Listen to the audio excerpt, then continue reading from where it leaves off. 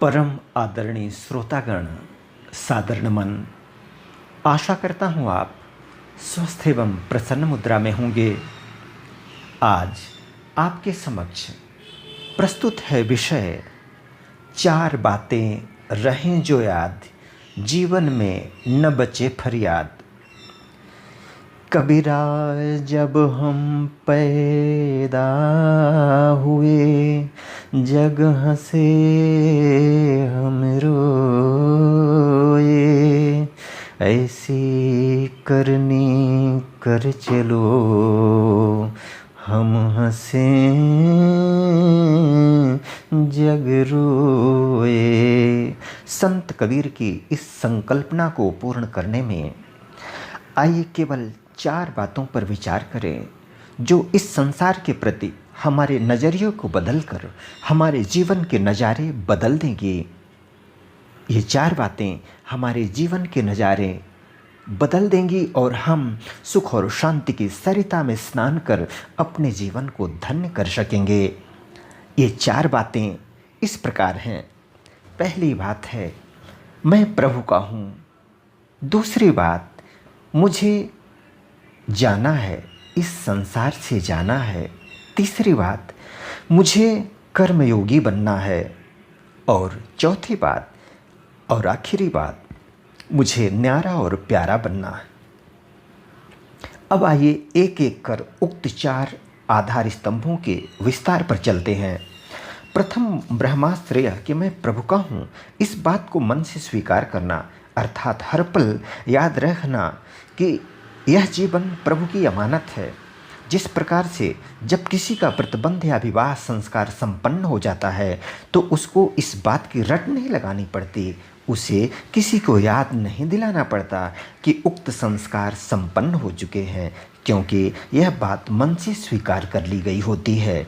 जब हम हर पल यह समझेंगे कि हमारा यह मानव जीवन परमपिता परमात्मा ने साधन धाम के रूप में दिया है, नर से नारायण और नारी से श्री लक्ष्मी बनने के लिए, तब हमारे कार्य व्यवहार, दृष्टिवृत्ति और स्मृति में आमूल चूल परिवर्तन दृष्टिगोचर होने लगेगा। गोस्वामी जी कहते हैं, सब मम प्रिय सब मम उपजाए, सब ते अधिक मनुज मोहि भाए। मनुष्य जीवन प्रभु को सर्वाधिक प्रिय क्यों है? निश्चित रूप से इसलिए कि इसी जीवन में यह संभव हो पाता है कि बीज से वृक्ष बनने की संभावना को सुनिश्चित किया जा सके, नर से नारायण बनने की यात्रा तय की जा सके और नारी जीवन लक्ष्मी जी के रूप में रूपांतरित हो सके। आइए समझते हैं इस रूपांतरण को। दूधा से दधि होत है, दधि से मक्खन होई, मक्खन से घृत होत है, फिर नहीं दूधा होई। मानव से मुनि होत है, मुनि से देवा होई, देवा से प्रभु होत है, फिर नहीं मानव होई। जीवन का रूपांतरण हम देख सकते हैं, जैसे भगवान बुद्ध, आचार्य तुलसी, वाल्मीकि जी, अंगुलीमाल आदि का जीवन किस तरह से रूपांतरित हुआ था।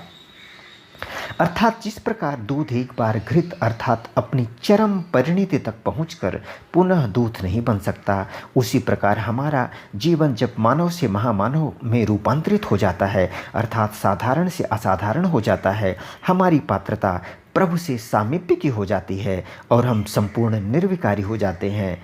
फिर हम चाहकर भी अपरिपक्व या ओछे जीवन के क्रियाकलाप में संलग्न नहीं हो सकते।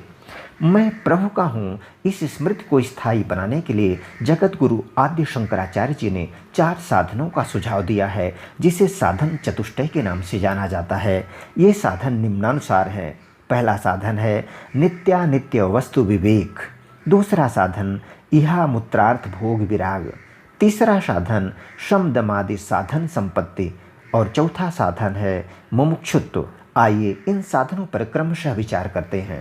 प्रथम साधन नित्यानित्य वस्तु विवेक से आशय है इस बात का सदा सर्वदा भान या ज्ञान होना कि इस संसार में कौन सी वस्तु नित्य अर्थात अमर है, सदैव रहने वाली है, और कौन सी वस्तु मरणशील अर्थात नाश को प्राप्त होने वाली है। निश्चित रूप से हर विवेकी व्यक्ति को यह पता है कि आत्मा नित्य या अविनाशी है, जबकि यह मानव शरीर मरणशील या विनाशी है।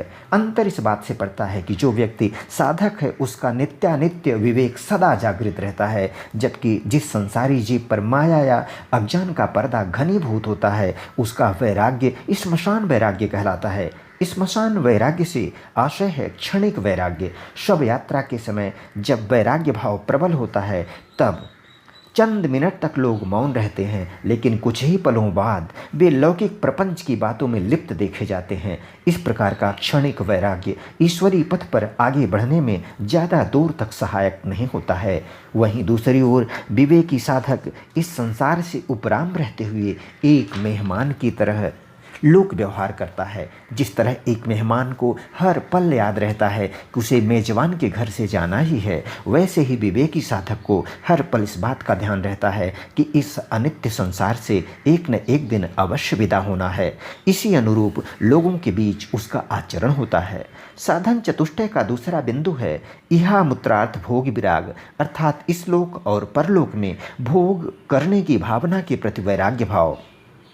कहा जाता है भोगा न भुक्ता वयमेव भुक्ता है, अर्थात हम भोगों को नहीं भोगते बल्कि भोग ही हमें भोग लेते हैं। तृष्णा न जीर्णा वयमेव जीर्णा, शरीर तो जीर्ण हो जाता है, हमारा अस्तित्व तो जीर्ण हो जाता है, लेकिन तृष्णा तो हमेशा जवान बनी रहती है। इस बात की पुष्टि के लिए आइए आद्य शंकराचार्य जी की चरपट पंजरिका स्तोत्रम से उद्धृत निम्नांकित पंक्तियों का मनन करें।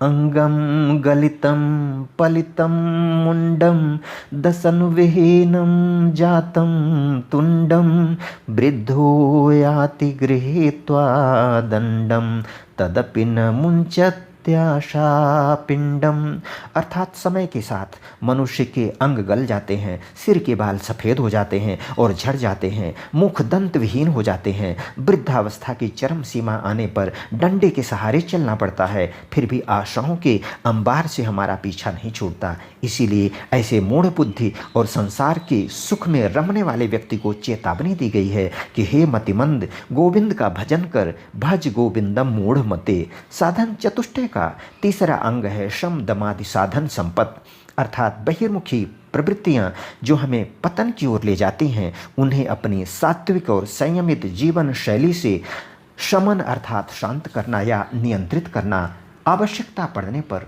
उनका दमन करना। आइए निम्न पंक्तियों से शम दमादि साधन संपत्ति को पुष्ट करने का प्रयास करें।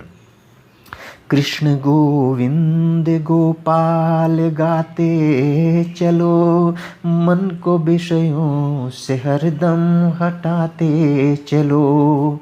देखना इंद्रियों के न घोड़े बढ़े, इन पे हरदम ये संयम के कोड़े पड़े। अपने रथ को सुमार्ग लगाते चलो, कृष्ण गोविंद गोपाल गाते चलो। काम करते चलो, नाम जपते चलो, हर समय कृष्ण का ध्यान धरते चलो। काम की वासना को मिटाते चलो, कृष्ण गोविंद गोपाल गाते चलो। नाम जप से ही लोगों ने पाए गति, भक्तों ने तो इसी से करे विनती। नाम धन का खजाना बढ़ाते चलो, कृष्ण गोविंद गोपाल गाते चलो। याद आएगी उनको कभी न कभी कृष्ण दर्शन तो देंगे, कभी न कभी। ऐसा विश्वास मन में जगाते चलो, कृष्ण गोविंद गोपाल गाते चलो। साधन चतुष्टय का चौथा और आखिरी अंग है मुमुक्षुत्व, अर्थात एक साधक को मोक्ष प्राप्ति की बलवती इच्छा होनी चाहिए। अब तक प्रारंभ में वर्णित 4 बातों में से पहली बात का कि मैं प्रभु का हूँ हमने विशद वर्णन समझा। उनमें से दूसरी बात है मुझे इस संसार से जाना है। जब पहला पाठ कि मैं प्रभु का हूँ, हमारा यह जीवन प्रभु का है, पक्का हो जाता है, तब दूसरी बात जो कि इस संसार में मेहमान की तरह जीने की है, स्वयमेव सध जाती है। तीसरी बात है कर्मयोगी बनकर रहने की। हाथ कार दे दिल यार दे, अर्थात हाथ काम पर और दिल भगवान पर लगाकर संसार में कर्म करने का अभ्यास। आखिरी और चौथी बात है न्यारा और प्यारा बनने की। उक्त निर्देशानुसार यदि हमारा जीवन कमलवत अर्थात संसार से निर्लिप्त रहता है तो ऐसे दिव्य व्यक्तित्व के साथ हम सहज ही सबके प्रेम पात्र हो जाते हैं। जैसे नौका जल में रहती है लेकिन जल को अपने अंदर नहीं आने देती, उसी प्रकार से हम संसार में रहते हुए भी संसार के प्रपंच से स्वयं को बचाते हुए दिव्य जीवन जीते अनमोल मानव जीवन को सार्थक करें। वीडियो देखने के लिए धन्यवाद एवं आभार। जय हिंद, जय जगत। आपका जीवन मंगलमय हो।